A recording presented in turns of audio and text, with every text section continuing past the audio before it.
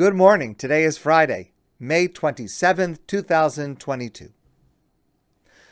We are known in the world as the people of the book, meaning the Torah. Our book is the Torah. We're the people of the book. Rabbi Avraham Kook was the first Ashkenazi chief rabbi of Israel, and he was one of the great exponents of religious Zionism. In 1948, he gave a speech, and he said that with the establishment of the State of Israel in 1948, we face enemies who fight for our destruction. And so, yes, we are the people of the book, but we must now also be the people of the sword. The people of the book cannot be detached and exempt from the sword. And the people of the sword cannot be detached and exempt from the book, from the Torah, which is the strength of our lives and the length of our days. The lessons of the Torah are crucially necessary to guide us in how to wield the sword. It was true in 1948 when Rav Kook spoke, and it is certainly just as true today. A religious sergeant in the IDF once expressed it this way: the physical battlefield is a place where one meets his or her creator. There are those who lose their humanity there, and there are those who can generate humanity even on the battlefield.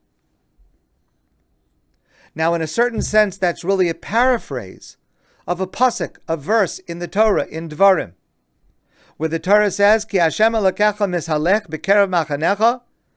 Moshe tells the Jewish people that God will travel with you, together with you in your military camp.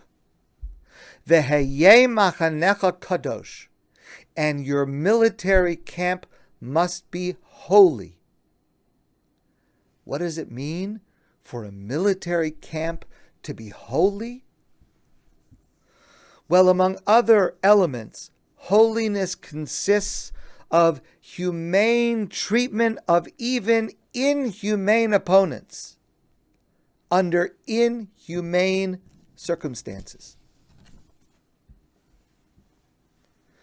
I am convinced that the IDF, Israel's defense force, is the most moral fighting force on earth.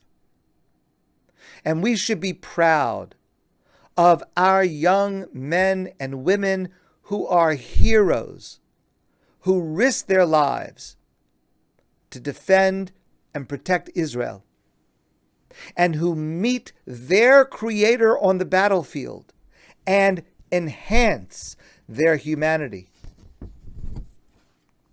And one necessary component of this pride is to recognize that the IDF is not perfect.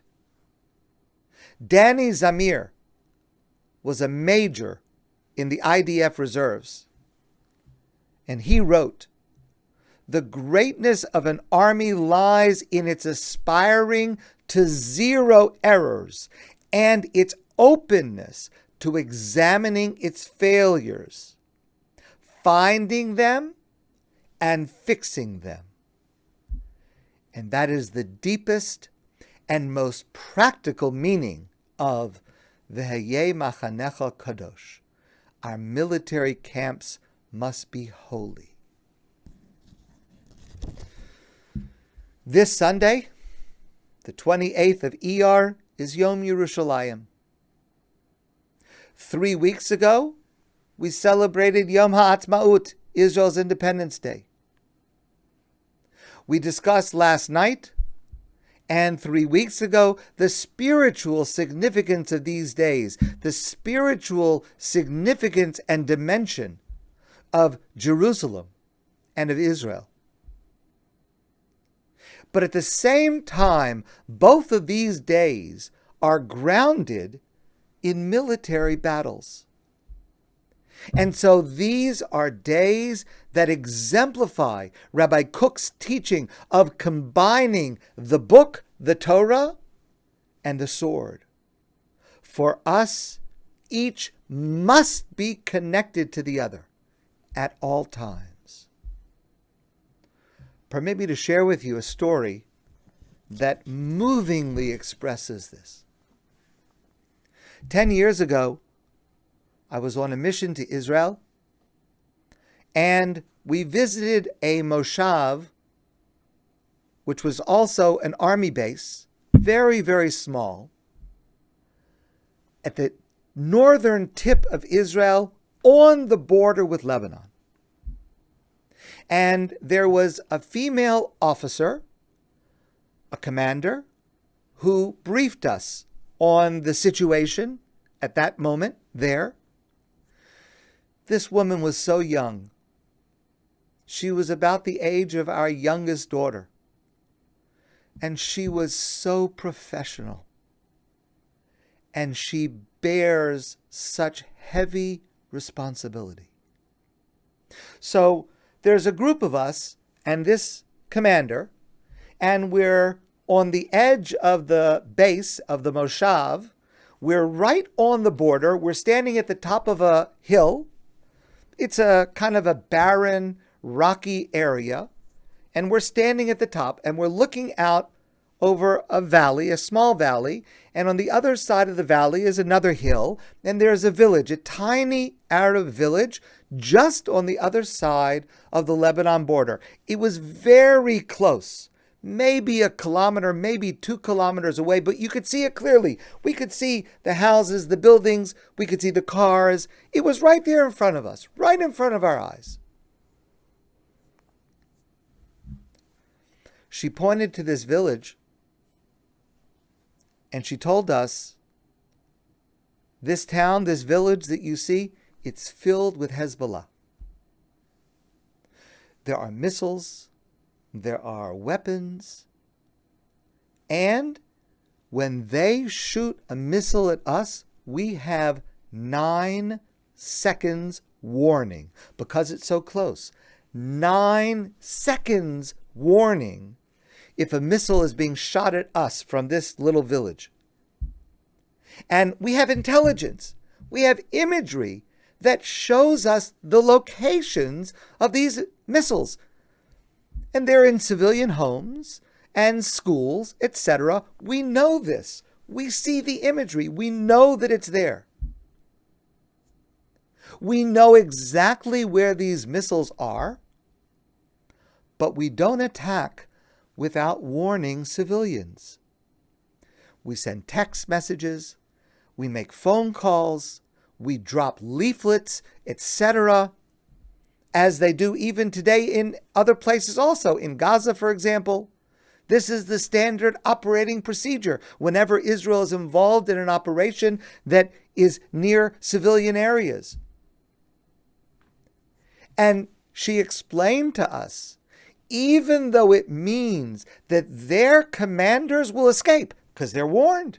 So the commanders on the other side, they're going to run away as soon as we get the warning. They're going to escape.